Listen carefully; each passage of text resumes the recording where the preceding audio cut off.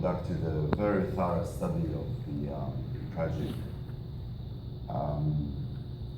crash in which 96 distinguished Poles, including President Poland, died, and the result of that analysis was clear.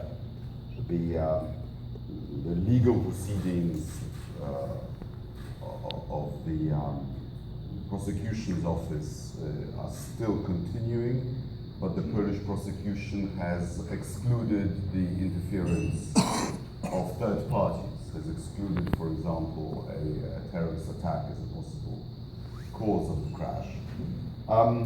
There are, of course, issues remaining. Partial responsibility by the Russian air traffic controllers, and of course the painful for us issue of the return of the wreckage of our Air Force One. Imagine if President of the United States crashed somewhere in Air Force One, and that country was maliciously holding the wreckage and not returning to you. You would not have friendly feelings for such a country. And it ruins trust, ruins the possibilities of collaboration, ruins trust in the respect for international law. And apart from anything else, the wreckage is our property.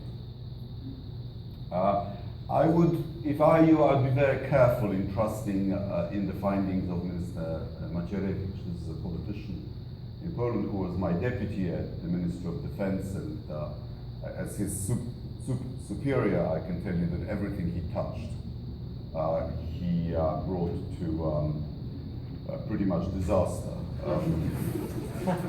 This is not someone who should be given high office or any responsibility for important state matters.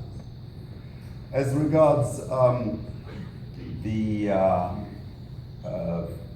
NATO-Russia Founding Act, I thought I made myself very clear in my opening remarks that first of all, the Founding Act was based on the presumption that NATO and Russia were moving broadly in the same direction towards cooperation. Secondly, that it wasn't really legally binding, it was just an expression of our intentions at that time. And that thirdly, we are now doing what we're doing within the confines even of the act as was then conceived, and there is still some room for what we can do without dropping that proviso. So no, I don't think we need to officially abrogate the Founding Act at this stage. What we need to do is to use to the maximum all the opportunities for practical beefing up of the defenses of Central Europe. Thank you. Sir.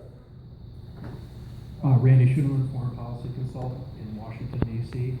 I want to flesh out the Founding Act a little bit more with Edgar's, because it seemed to me in your comments you indicated that some of the long-term vision for NATO should include more permanent basing, which of course would be inconsistent, except at very low levels, with the infamous 3 no's that accompanied the Founding Act.